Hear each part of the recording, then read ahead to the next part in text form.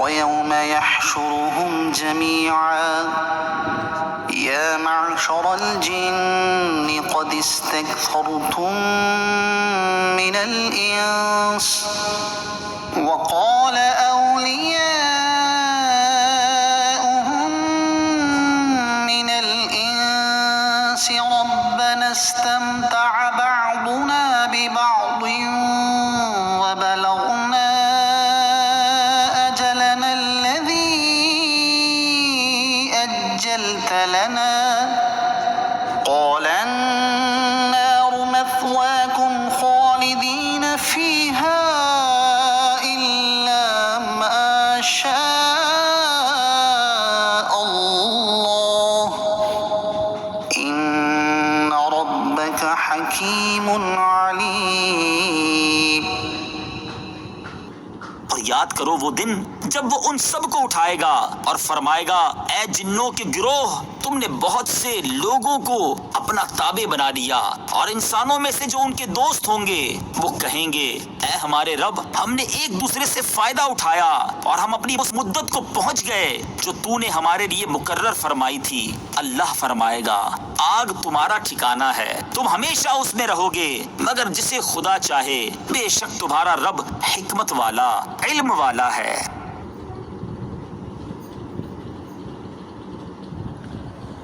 قیامت میں اولاً سب اکٹھے ہوں گے اس لیے اسے حشر کہتے ہیں. بعد میں اچھے بروں کی چھانٹ ہو جائے گی اس لیے اسے یوم الفصل کہا جاتا ہے. سب کو اٹھانے سے مراد یہ ہے کہ مومن و کافر کو اکٹھا اٹھائے گا یا انسان و جن کو اکٹھا اٹھائے گا یا سعید و شقی کو اکٹھا اٹھائے گا. اس آیت میں ان سرکش جنات سے خطاب ہے جنہوں نے بہت سے انسانوں کو بہکایا جبکہ مومن جنات تو اللہ تعالیٰ کی رحمت میں ہوں گے. وَقَالَ أَوْلِيَاؤُهُم مِّنَ الْإِنسِ اور انسانوں میں سے ان کے دوست کہیں گے.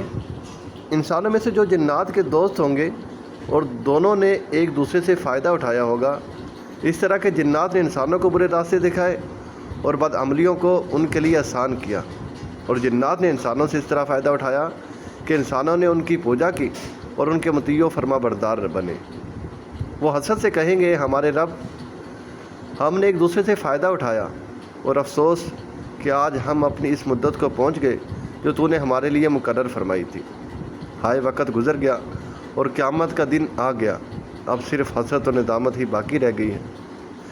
اللہ تعالیٰ فرشتوں کی زبانی ان سے فرمائے گا آگ تمہارا ٹھکانہ ہے تم ہمیشہ اس میں رہو گے. الا ما شاء اللہ مگر جسے خدا چاہے. اس استثناء کے دو معنی ہیں. نمبر ایک وہ ہمیشہ جہنم میں رہیں گے لیکن قبر سے حشر تک کے زمانے اور میدان حشر میں حساب کتاب سے لے کر جہنم میں داخل ہونے تک جہنم میں نہ رہیں گے. نمبر دو اس سے مراد وہ اوقات ہیں جن میں انہیں ایک عذاب سے دوسرے عذاب میں منتقل کیا جائے گا. جہنمی جب دوزخ کی آگ کی شدت سے فریاد کریں گے تو انہیں زم حریر یعنی سخت ٹھنڈے اور برفانی طبقے میں ڈال دیا جائے گا اور جب زم حریر کی ٹھنڈک سے گھبرا کر فریاد کریں گے تو انہیں پھر نار جہنم میں ڈال دیا جائے گا.